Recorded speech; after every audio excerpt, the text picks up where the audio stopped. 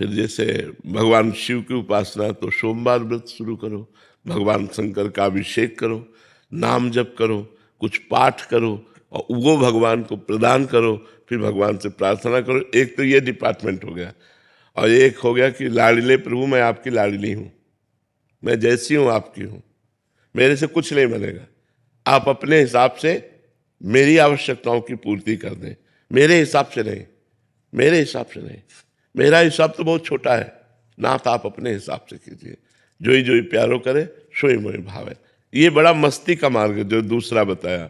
पहले वाला वो एक दुकानदारी का मार्ग है कि जो हम किया उसका फल दे दीजिए, और इसमें किए का फल नहीं है, इसमें मैं आपकी हूँ। जैसे गोदनामा में नहीं होता पूरी प्रॉपर्टी गोदनामे वाले के ऊपर, ऐसे ही भक्त को भगवान अपना सर्वस्व समर्पित कर देते हैं। भक्त जब अपना भगवान को सर्वस्व समर्पित कर देता है तो भगवान अपना सर्वस्व समर्पित कर देते हैं। तो जितना हमारा समर्पण जोर का होगा उतना ही हमें आनंद की अनुभूति होगी। एक ये मार्ग है और एक ये मार्ग है कि जितनी जोर का हम तप करेंगे, व्रत करेंगे, उसका वैसे ही फल हमको प्राप्त होगा। ये कमजोर मार्ग है, इसमें हम कितना करेंगे। और ये मार्ग है कि सीधे भगवान अपना ऐश्वर्य, ज्ञान, वैराग, भक्ति, प्रेम जो चाहिए उसका खजाना खोल देते हैं और भक्त निहाल हो जाता है। तो भगवान का बनने में ज्यादा लाभ है। भगवान के लिए साधना करना, भगवान के बन के, ये और उत्तम बात है। अपने लिए साधना करना ये छोटी बात है, भगवान के होना ये बड़ी बात है। और भगवान के बन के भगवान के लिए साधना करना ये बहुत बड़ी बात है। इसी से भगवत प्रेम प्राप्त होता है, इसी से मोक्ष प्राप्त होता है।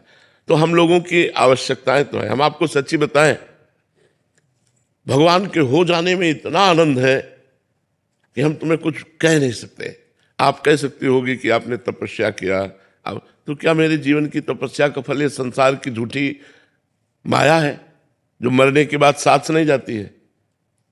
नहीं, हमारी तपस्या का फल अगर ये है तब तो बहुत बेकार है। नहीं, भजन का फल ये नहीं है, भजन का ब्याज ये है। मूल फल तो भगवान का परमानंद प्राप्त होना, भगवान की प्राप्ति होना, दुखों से छूट जाना, सदा सदा के लिए दुखों से पिंड छूट जाना, ये भगवान के भजन का फल है।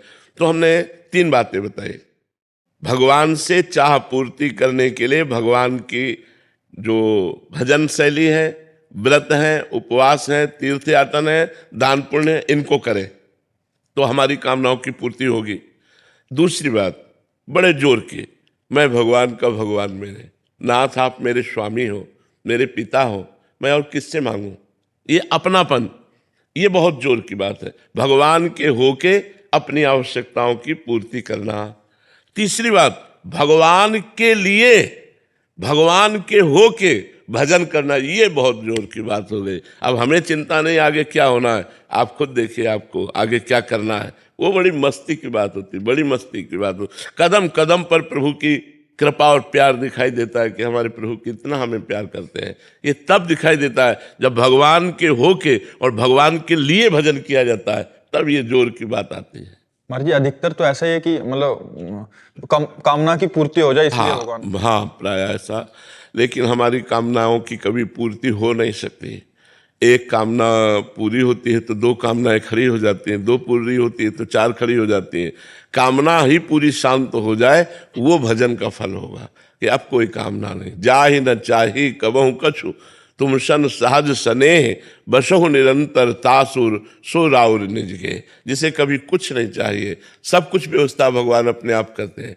चाह की कोई जरूरत करने की नहीं है, केवल भगवान के होने की जरूरत है, भगवान के भजन करने की जरूरत है, गंदे आचरणों के त्याग की जरूरत है। तो इसलिए हम कहते हैं 3 पद्धति है।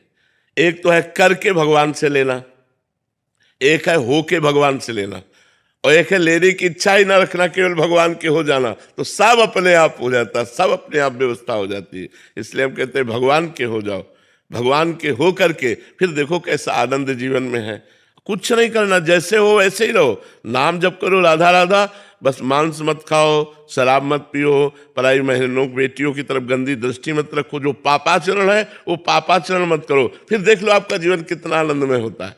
भगवान ने आनंद के लिए मनुष्य शरीर दिया है, पशुओं को कर्म भोग के लिए दिया है। मनुष्य शरीर नए प्रारब्ध की रचना के लिए मिला है। मनुष्य शरीर भगवत